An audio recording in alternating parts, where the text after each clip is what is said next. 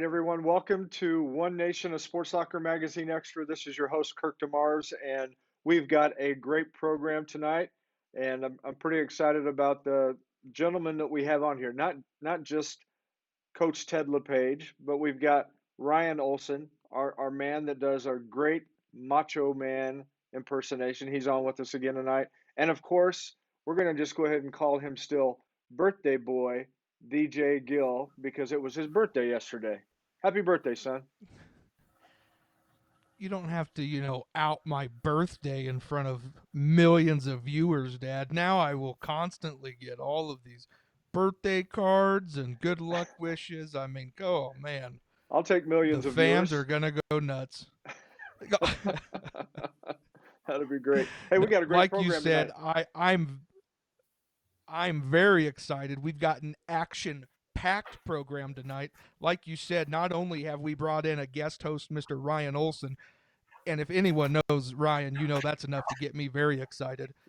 We've also brought in Blair Oaks head football coach, Mr. Ted Lepage. Coach Lepage, he needs no introduction. He's had a very storied career over his 22 seasons as a head football coach. He has spent from the beginning of his career and now the last part of his career, he's had a combined 10 seasons at Blair Oaks.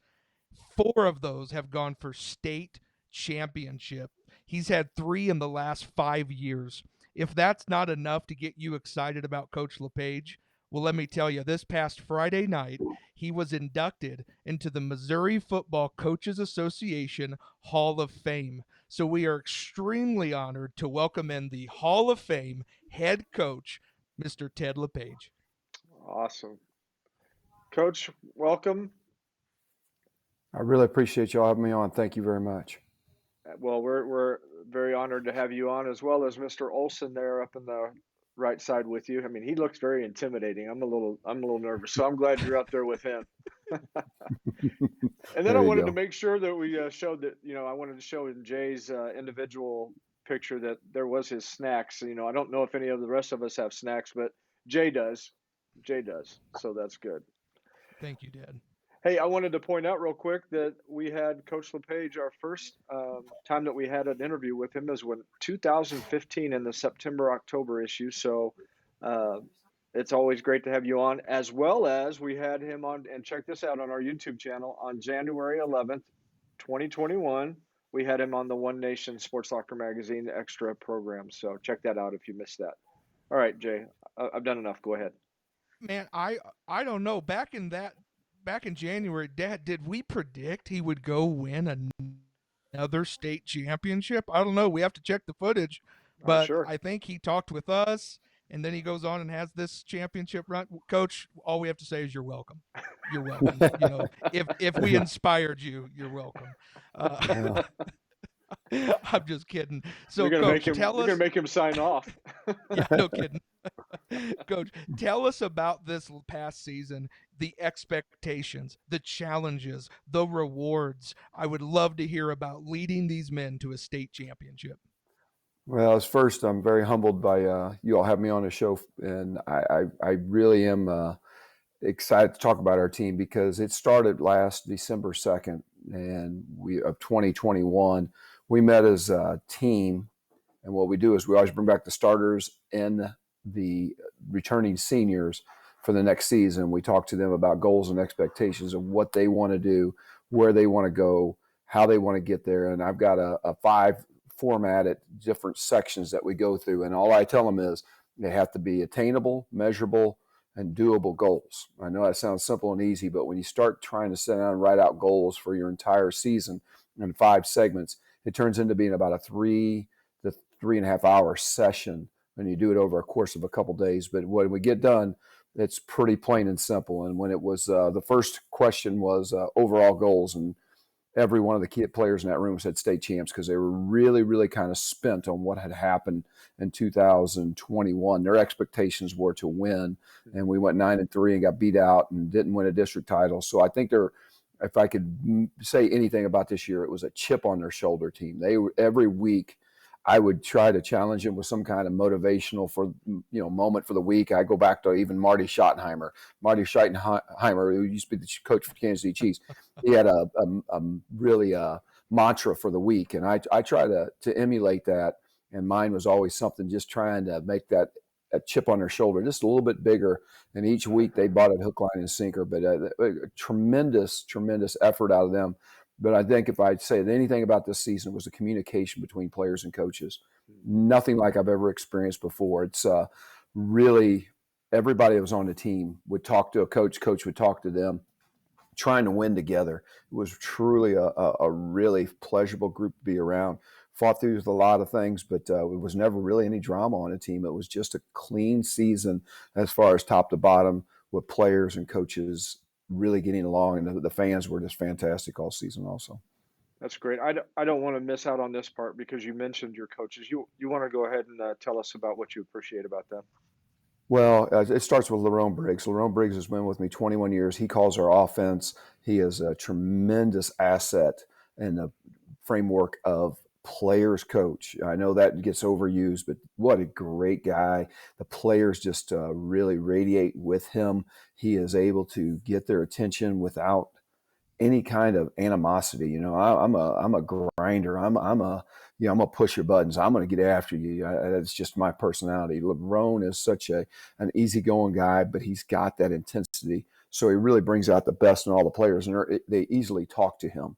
Our John Butler's our defense coordinator. He's a very seasoned coach. He's an older gentleman like myself. He's been around, but he's been to college level. He's been to high school level. He's even coached Arena League. Selden, Jefferson City, got with me a couple years ago at Jefferson City, and has followed us out to Blair Oaks, and just unbelievable mind, but also the experience that he can really get down with the players and talk to them. Being an ex-college coach, he can get on any level with a player. Then we turn around. Andrew Terpster is our special teams coach.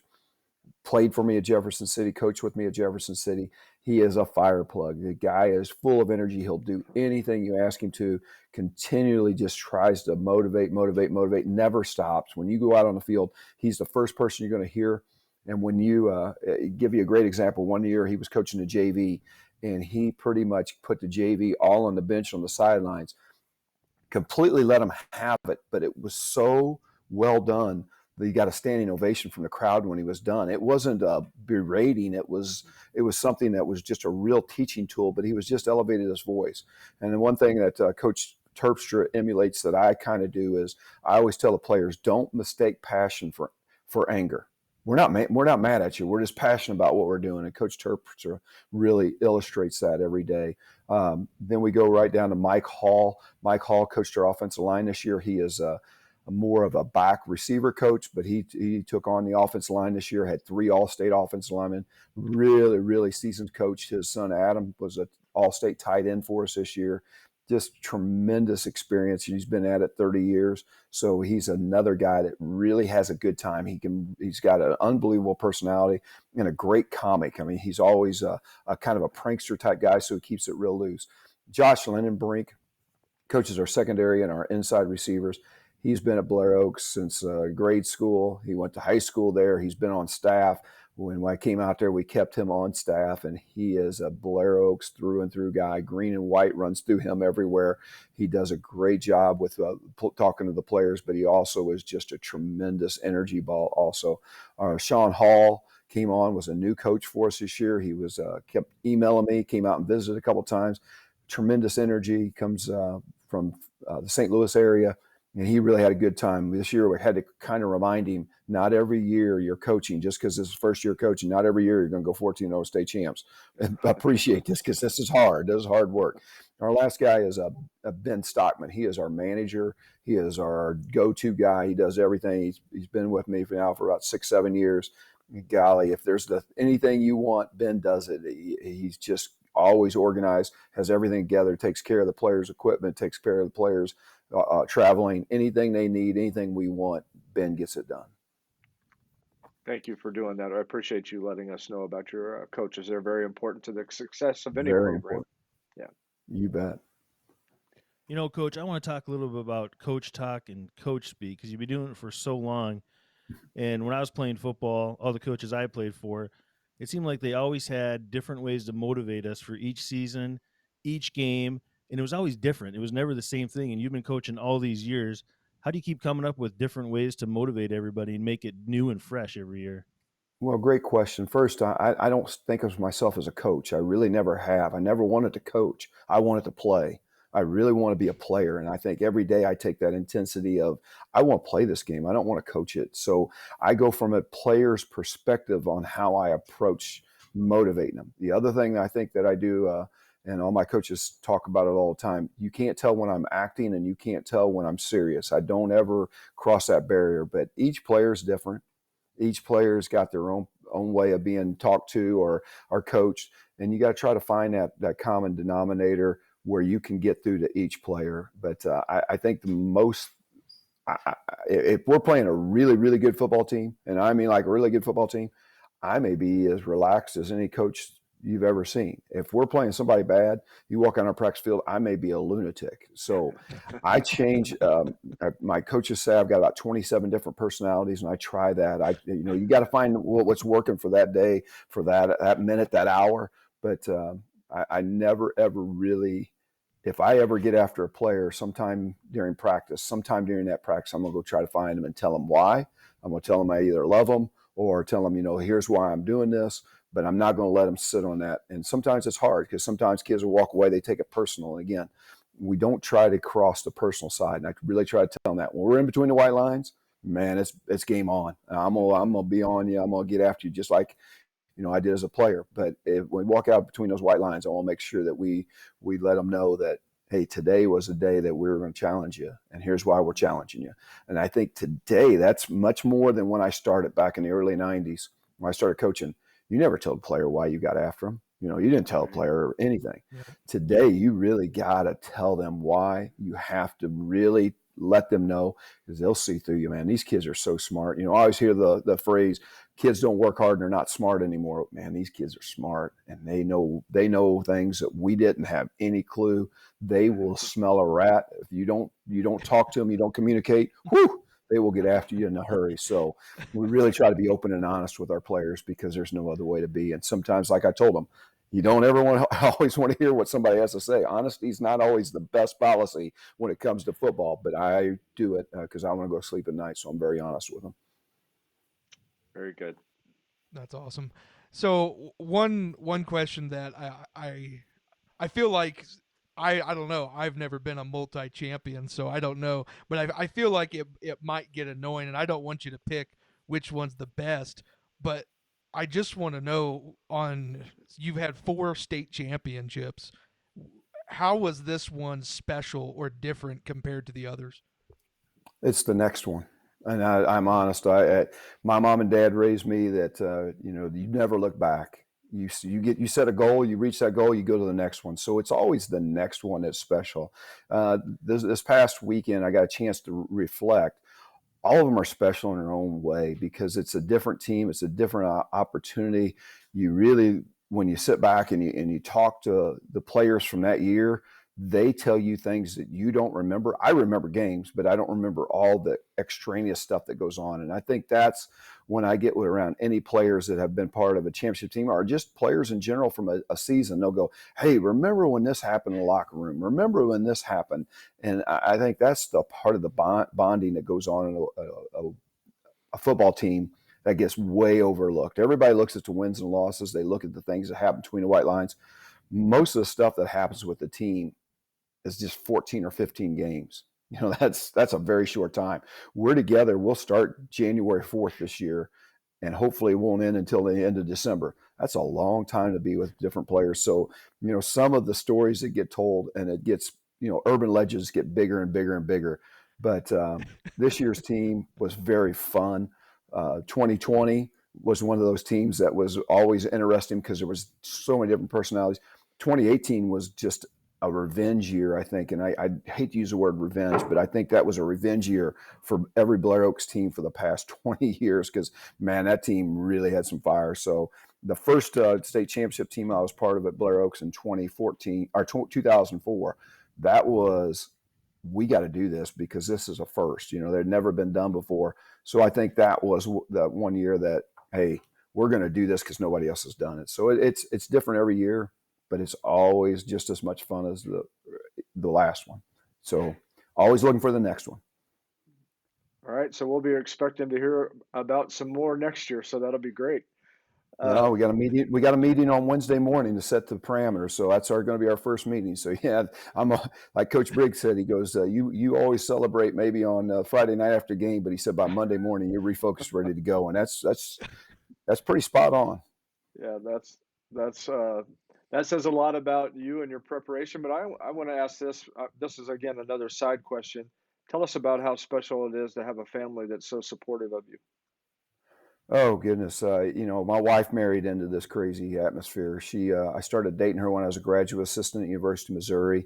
Went down to Texas, coached a year down there. We got married, came back, coached in Jefferson City. We went to Blair Oaks, back to Jefferson, back to Blair Oaks. She's never faltered, never said anything. I remember, when I resigned to Jeff City, she just kept saying, "Go do it. We got to move. Got to move. I don't care. You're going to do what you got to do." And I'm just. She's always made our family part of our football family, and we've gone to every game. She never misses a game unless something with our kids. Sometimes she's had to miss games, but she very rarely misses a game. She's I think gets as nervous as I do. She gets as excited as I do. I do know that after a state championship game, she goes, "Oh my gosh, oh my God!" I mean, so I couldn't breathe. But then having a son and two daughters that have been raised in a football family, but also we tried to make it all fun. My daughters and my son were teasing me this past weekend when we were reflecting a little bit that we were at Blair Oaks the first time. Thomas was about 9, Taylor was 6. They were third, fourth grade, and about first grade, and then Tori was just coming along. Take them with me to early mornings, and I'm an early morning guy, so we get up at 6, leave the house, we get to Blair Oaks by 6:15. And every morning I played the song, "It was a great day to be alive," as we were driving over. And Taylor still tells me all the time that's her favorite song. But they would come in and I always made them part of our football family. And thank goodness we've always had people that have responded to that very positively. So I couldn't ask for a better situation with that. That's great. I think it was Taylor that we interviewed several years ago as well, right? Softball. That is correct. Yeah. She was soccer. Yeah. Yeah. Hard for a football coach to say that, but she was really good at played college soccer. So I'm really proud of her. Well, speaking of somebody that I know is a fan of you, we've got Elijah Mayfield, and he's on here. Elijah always has great comments, and he's from St. Peter's School in Jeff City, and congratulations on the state championship win. Elijah went to school with my son and my two daughters at St. Peter. So they went to K through 8th grade at St. Peter and got great friends from there. And then all three of them ended up going over to Jefferson City and going to Jefferson City High School. They went to St. Peter with Elijah, and what a great young man. You ever see a guy that's so positive, boy, wow. That guy's got positivity oozing out of him now. Yes, he does. He's amazing. All right, Jay, go ahead. Tell us about your schedule this year and how that helped prepare you guys for the playoffs and the state championship. Well, I will say in Jefferson City, I got in trouble a lot because nobody ever played us. So we went out and played the best every week. And it was they call it Murderer's Row, and it really was. Well, Blair Oaks, we're in a conference, and we play a very good conference. Our conference this year was really good. The last 2 years, our conference has just been outstanding. But when we went last year 9-3, I knew we had a chip on our shoulder. We went out and we found we had Maryville, of course, on our schedule, but we wanted to look for something else. And we were in discussions with Troy, who had just been in the Class 6 semifinals. And Dr. Jones and I were discussing it, and it was, hey, that's a team we can play, but now you're getting in a 2,000 student realm. And if we get somebody hurt just because we're wanting to make ourselves better, that's not smart. And all of a sudden, Lutheran North popped open. We immediately reached out, and they were excited, and we were excited, so we made that happen. And then we got ready for the season, and we were driving to Maryville, and I'm thinking to myself, my goodness, we got to start off with one of the most Class 3 best teams in the state year in, year out over the past 10 to 15 years. And we're going to turn around and play the best team on the other side of the state over the last 10 years in Class 2 and Class 3. Who the heck did this? When we came out of it, the Maryville game really tested us because we jumped up early, and I think we relaxed, and that went back to that 2021 that, oh, okay, we're good enough. And then all of a sudden they came back, and then I saw Dylan Hare kind of raise his level of game. And when he raised his level of game against Maryville, everybody else did. And that's when it's like, okay. We responded because it got tight there at the end, and he threw an 85-yard touchdown pass to Nick Klosser about 4 minutes to go in the game to make it a 2-score game. And that was changed all the momentum. I'm like, that's pretty special when you do something like that. And that's let me know that we're not just in this for the short haul, we're in this for the long haul. Then we turned around and played Lutheran North the next week, and they were driving the ball all over the field on us, stopping us on every situation. We forced a fumble. Holden Brand was able to scoop it and score. So we were up 7-0 at half. Went in and made a couple adjustments at halftime, came out and really had a good second half and ended up winning 35-0. That's when it was, okay, we're a real good football team now. How are we going to take the next step? But those two games really, really tested us. We knew coming out that we were really good. And I think that's when I got really kind of nervous because it was, we can't let this up. We got to put that pedal down and we got to keep it down. So how am I going to do it? So we got down to the last week of the season, and I told my wife the other that week of state championship, I'm tired. She goes, "You keep saying you're tired." I'm like, "Yeah, because man, all season I've been grinding because after those two games, it was we can't let down. We can't let down. We got too much ability here. We got to keep it going." So I had to keep my energy up. But boy, when I walked in the house, I was tired guy. Understandable. You brought up the name. You brought up that name, Dylan Hare, and I wrote an article on Dylan. I called it "The End of a Hera," and it's because the Hares have just been the quarterbacks for Blair Oaks for, I mean, we're on 8-9 seasons now. And so going into next year, I know you said you guys are already preparing. You're going to have that planning meeting, but I just kind of want you to also reflect on Dylan Hare and some of the kids you've had.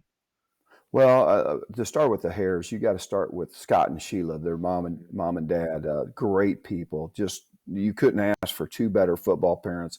Scott actually is one of the guys that runs our Junior Falcon football program, and he is a tremendous guy. You get around him and you feel good about yourself. Sheila's the same way.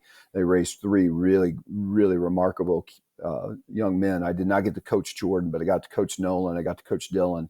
And Nolan is the epitome of every guy that you've ever want to be around. He just got that personality. He just runs around and he's always mouthing. He's always having fun. Everything is loose with him. Dylan is the polar opposite. Dylan will not say two words. If you hit him on this radio show right now, you would get yep and nope would be about all you would get for an answer. And but just extreme competitor. And he's really sociable. He doesn't seem like he is, but the players just love him.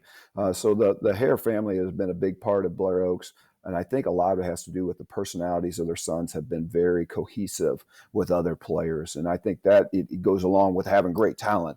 But man, when you can get your quarterback, who's your best player, and everybody loves them, and then everybody wants to work with them, that's even better.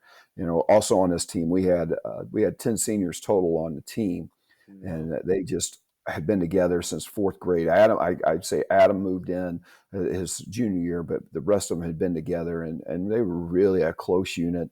They did everything together. It's just a really, again, I hate to use the word cohesive again, but they just had a great chemistry about them.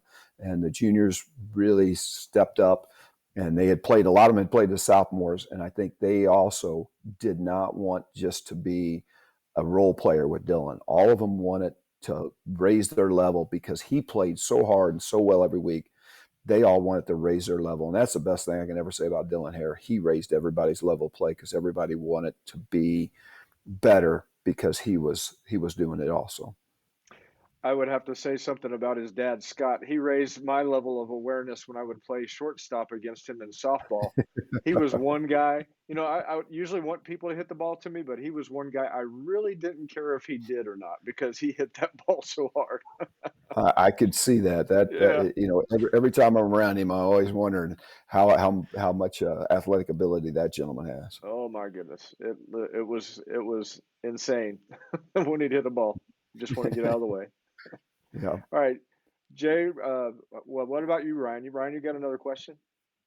Yeah. Besides winning, because that's the funnest part about football, what aspects of football do you get most excited about to do or accomplish with your team? Well, winning is actually the byproduct of everything you do. I hate losing. I don't know if I enjoy winning as much as I hate losing. And my mom always said that about me. My mom. Ever since I've been little, I just can't tolerate it. It makes my skin crawl. But the biggest thing I think I like football so much is I enjoy the chess match that goes on within football, and how can I make my chess players better than your chess players. I really like that process. I like taking that team from when we start January 4th this year all the way through that process to make them grow, make them get better. And I think that is what I really enjoy about football. I was a very, very good wrestler, and I'm not trying to be boastful, but I had many scholarship offers to wrestle. And wrestling to me was great because it was one-on-one.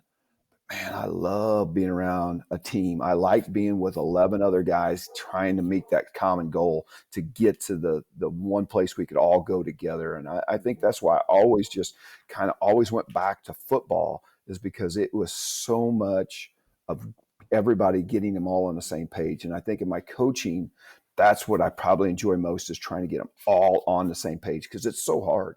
You got 11 different personalities. You got 11 different people out there. They can all pull that rope and pull strands out of that rope. I like trying to get them all pull that rope in one direction. And I like that they can all do it. And when they do it, the enjoyment out of it, it's just incredible, because the wins are sweeter, the losses hurt more. But man, the locker room becomes really tight when you can get that to happen. That's a great answer. Great question again, Ryan. Man, you're like hitting on all cylinders up there. You got great questions. So we appreciate that, man. All right. We've got a couple more questions that we have time for. Why don't you go ahead and go, Jay? Yep. So, like you said, you're in that planning process. You're planning on having that meeting. What are you looking forward to with next year's season? Well, speaking of the meeting, what I enjoy so much, and we did this when I've done this now for about 15 years, but when I first came to Blair Oaks, the meeting was really special because they had never sat down and set goals before. And that's one thing I look at when we go to this meeting coming up, is setting the goals. What are their goals? Because the players they're all on the bus. Just where do they want the bus to go, and how do you want to get there? And they kind of, when you set out the goals as coaches, we can look at it and say, okay, now we know where you want to go. We're going to take the driver's seat and drive this bus. But now this bus may get bumpy, but as long as you're in your seat and you know what your goals are, we're all going on this bus ride together. And I think that's what I'm looking forward to in this meeting, is the seniors this year. Okay, you won it. You were undefeated. What can you do better? What can we do? How can we raise the level of play? And when I say we got 5 different things we do, one is the overall goals. The second one is the motto for the team, or the mantra for the team. The next one is in-season goals, off-season goals, and then growth goals. And so I've got 3 specific areas in each compartment.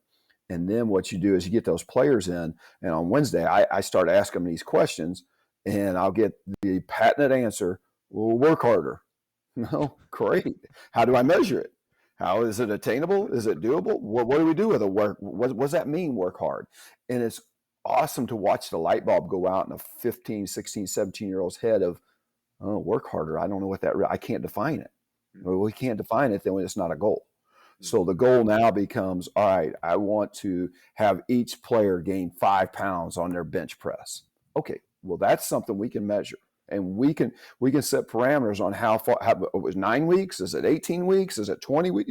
How far do you want to go out with? How long do you want them before they gain 5 pounds? So we can start to work together that process, and it really bleeds into getting the trust between the coaches and players, where they can sit there and say, "Oh man, I didn't know there was this much to it, but now I'm pretty excited about doing this, and I want to attain these goals." And the first meeting's funny because they usually don't have any of the answers, and then they all take pictures. And I'm an old timer, so I'm put there on a grease board, not a chalkboard, but a grease board, and I'm just writing down stuff. And I say, "All right, take pictures." Now we got to get these 20 things under this one compartment into 3. How are we going to do it? And so that bleeds into the next meeting. And so that is the things I look forward to, because the lifting weights, the football, everybody's into that. I enjoy how are we going to set those goals so we can meet them. And when you meet them, you're meeting them. So once we get them, we post them up everywhere in our weight room and in our locker room. And then during the season, we get the stars on the helmet. The stars on the helmet come from these goals that we set all the way back in December. I know a lot of people have questions about why do different players have the different stars on their helmets and things like that. So thank you for explaining that. That's something I know a lot of people always wonder. Well, why does that guy have maybe more than the other one? So. Well, a lot of it is the team goals, first of all, but then there are goals set in it. And then if a player plays on offense, a player plays on defense, they have different goals and expectations. So those where those actually come from, and special teams also. Very good. Ryan, you got another one? I do have one more question. I always like to ask coaches this when I meet a coach. What is your favorite sports movie and why? Oh, wow. I would go back to and you're probably going to be surprised, but the first one has to be Rocky. I'm an old dude. So when I was about 7, 8 years old, man, I don't know how many times I wore out that song, working out in my mom and dad's basement back in Russellville, Missouri. But I wore that out. Rocky IV was probably the whole, all of them. Rocky IV may have been my favorite. But, one of my really all-time favorite ones is Miracle on Ice. I just really, I don't think you can ever explain that to a youth of today of where I was at. Because in 1980, I was 12, 13 years old, and I can remember how enormous that was. There was only 2 stations. There was only 2 TV stations.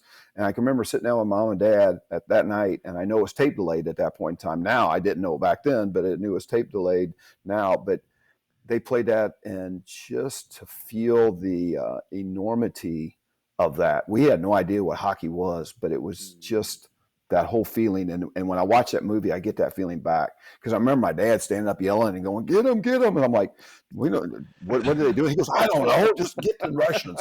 So, "Doggone Russians, we got to beat the Russians." And so when I watch the Miracle on Ice, I still think back to that. It was us against them, and it was a bunch of underdog kids playing the best in the world. And for that night, if you ever seen a movie, Kurt Russell sits out and said, "Not tonight.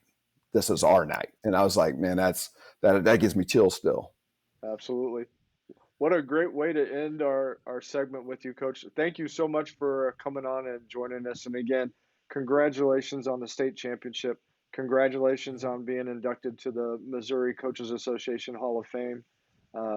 You are a pillar in our area in mid-Missouri, and we just want to say thank you for all the great things that you do for our youth. Well, I'm very humbled by that, because it took a lot of great players, because great players overcome bad coaching every day. So I appreciate that. Yeah. Well, and Coach, we again thank you for your time. You have a Merry Christmas, and we hope to have another interview with you again, celebrating another state championship. By golly, if not, we're going to be working ever so hard to get back to it, though. I guarantee you that there will be a lot of sweat equity going into this next couple of years. All right. Well, again, thank you so much. And again, have a Merry Christmas. Merry Christmas, you guys. Thank you. All right. Thanks, Coach.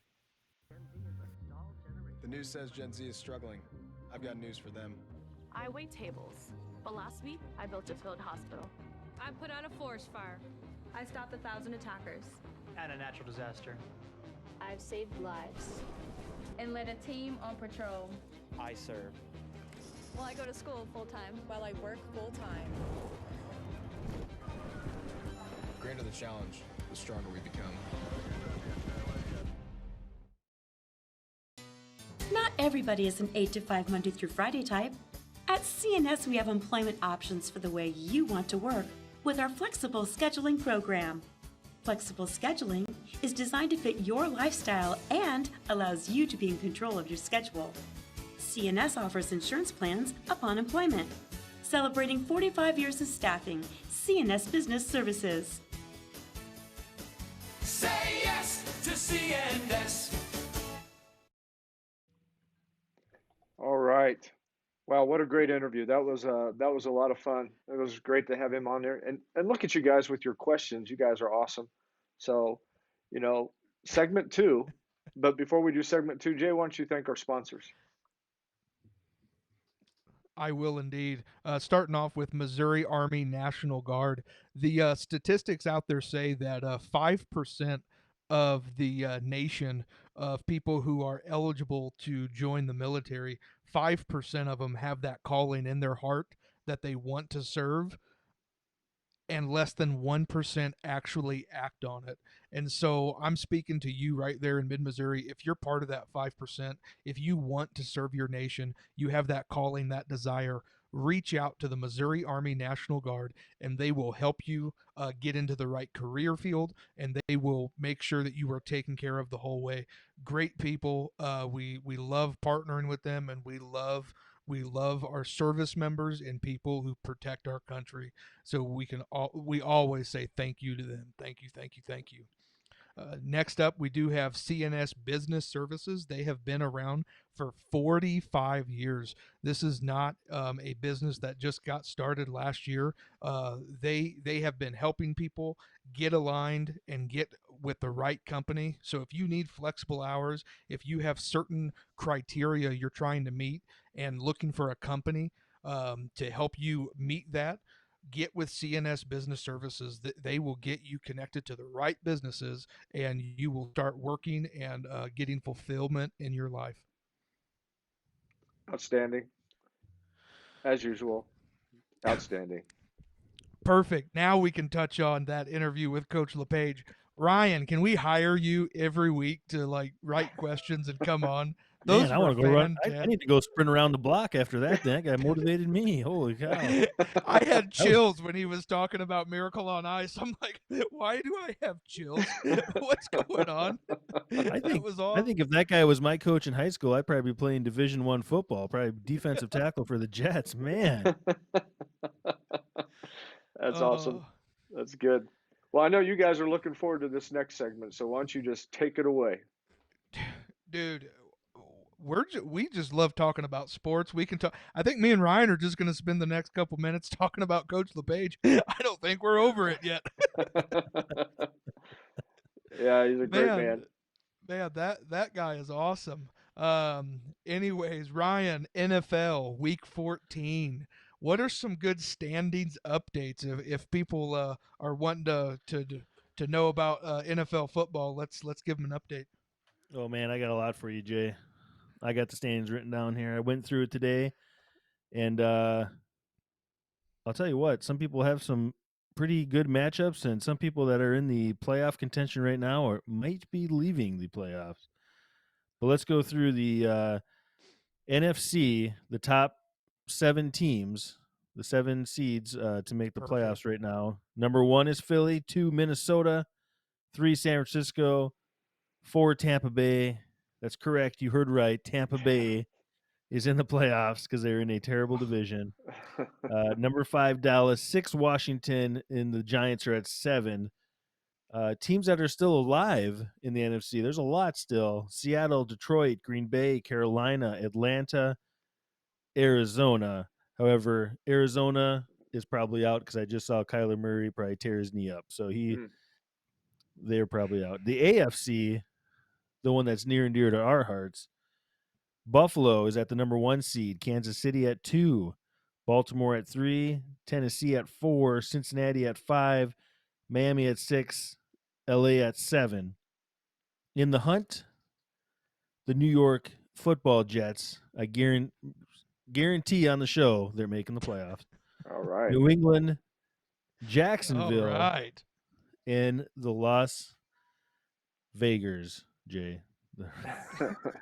Good old Inside Vegas. joke from the Love the podcast.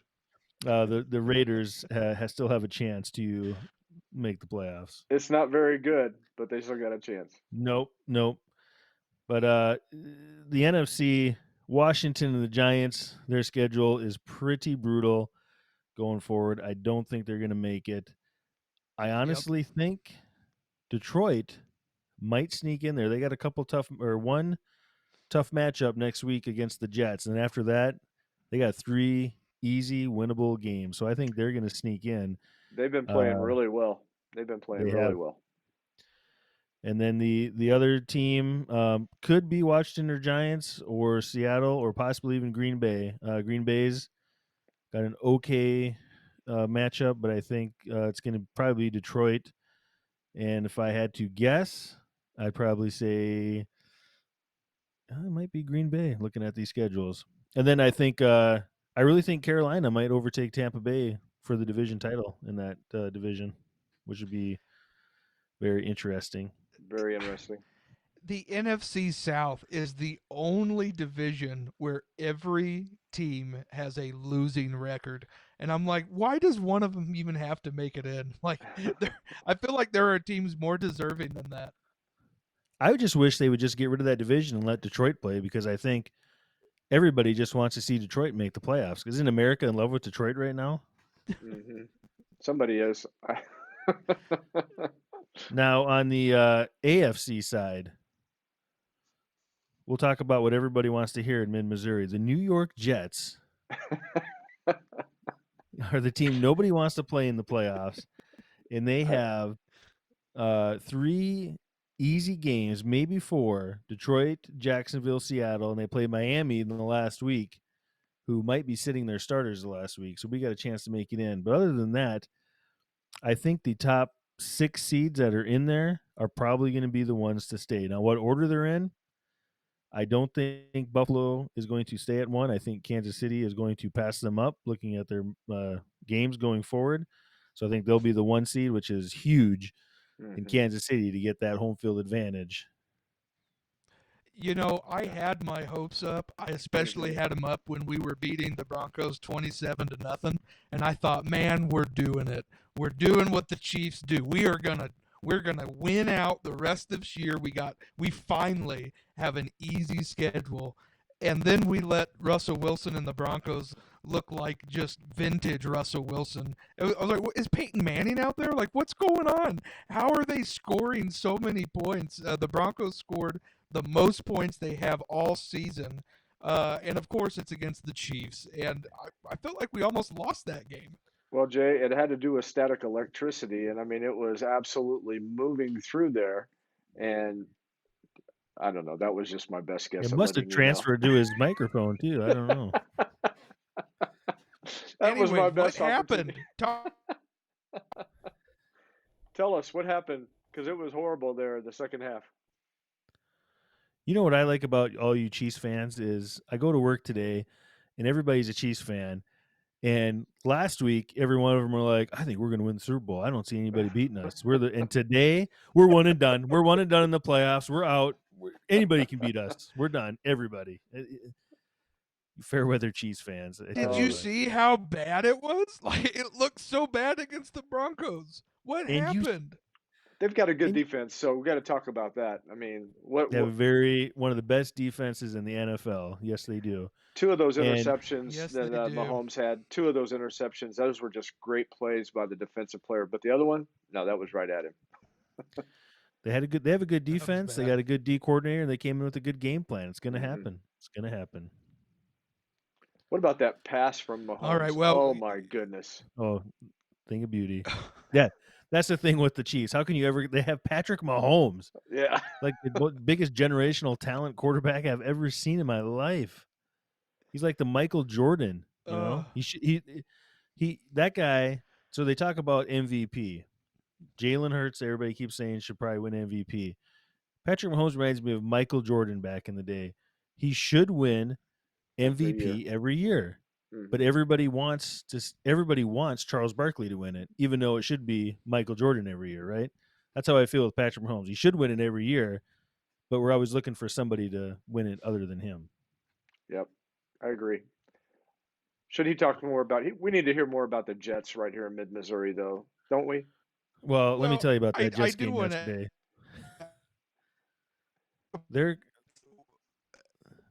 Their quarterback yesterday got hit so hard. Oh my goodness. He got hit so hard. I thought the way his body bent, it almost looked like his back was an elbow. The way he got, but he kept coming in, Yeah. and that team will run in front of a bus for that guy now. So I feel good about Mike White. I think he's going to. He's hopefully our quarterback of the future. We haven't had a good quarterback in a long time, so we're looking good. We're gritty. I love our coach, Robert Saleh. Hopefully he wins Coach of the Year. He's if we taking can make names. this playoff push. He's taking names. He said yesterday that we'll see Buffalo again this year. So does that mean you're going to the playoffs? We're going to see him again this year. So he's keeping his receipts. He'll be cashing those in here at the end of the year. That's right. What you said how hard, Mike White got hit. Well, Ryan, he got hit so hard they sent him to the hospital in an ambulance to check for internal injury. To see if he could even fly home. I mean, he did get cleared to fly home, but I'm like, that's crazy that he kept going back out there. So as long as it's not a head injury, it's fine. You can do whatever you want with your body. But you look as at soon that, as you get you look at that hit, and when he got hit, I mean, it was like an immediate grimace on his face as before he was even hitting the ground. That was a hard hit. He's probably almost as tough as Ronnie Lott, saying, you remember that story from Ronnie Lott back in the day when his finger got broke, and then he said, just cut it off. Cut it off. But they just taped it up and he went back in. He's pretty much Ronnie Lott. I mean, that's crazy. Man, that's awesome. Well, Ryan, before we move on from the NFL and me and Dad nerd out with some, Mizzou basketball talk here real quick. When you've been on the show several times, you've predicted the Super Bowl. You called the Super Bowl was going to be Minnesota versus Buffalo. Am I right? Somebody's got to win. Somebody's got to win. Yes. Are you have you felt like you need to amend that at all, or are you still riding strong with those two? I can't. These teams are both number 1 seed, the number 2 seed in their conferences. I can't go away from that now, and it still would be one of the most awesome Super Bowls with the slogan "Somebody's got to win." So nobody's gonna be mad. Whoever wins that game, nobody's gonna be mad because it'll be like, "Oh, I'm so happy for those fans to finally get a championship." So I'm sticking with Minnesota.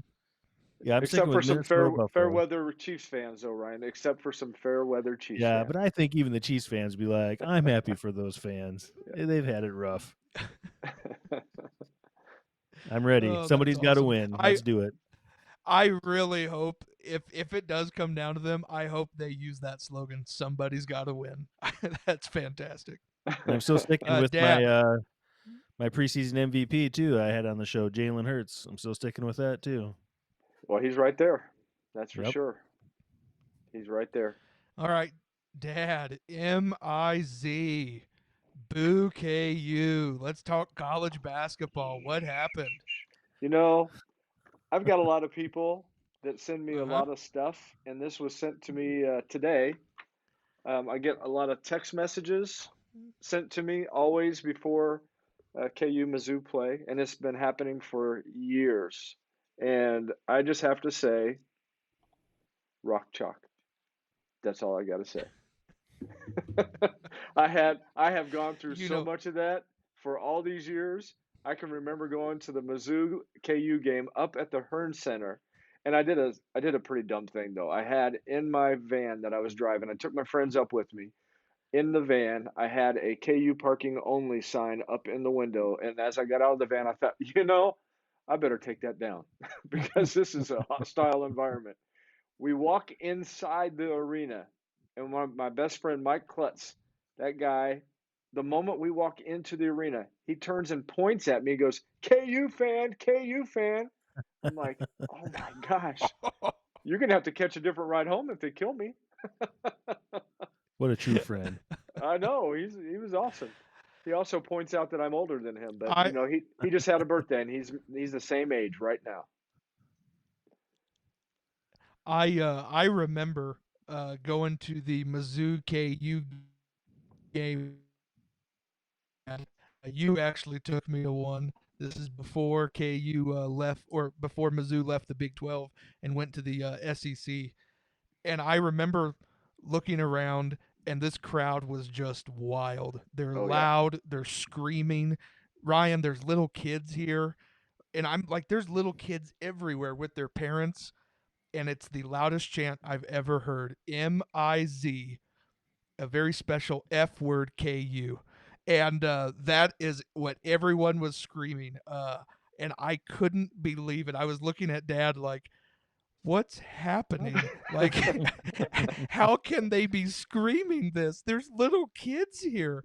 But, like, they wouldn't stop. I don't remember, Dad, if Mizzou ended up winning that game against KU. I feel like they lost. I tell you what, those games, pre-SEC, those games were amazing. There was no rivalry like that I ever saw in college basketball. They were amazing. You know, when Mizzou had to travel to Lawrence, the record was pretty lopsided. I think the record in Lawrence is 3 wins for Mizzou and 25 wins for KU. When KU has to travel to Mizzou, it's just a different environment. The record is 10 wins Mizzou, and I think 13 or 14 wins now KU. So it's it's a lot more even. And with Mizzou being undefeated, I was like, it's going to be a crazy game.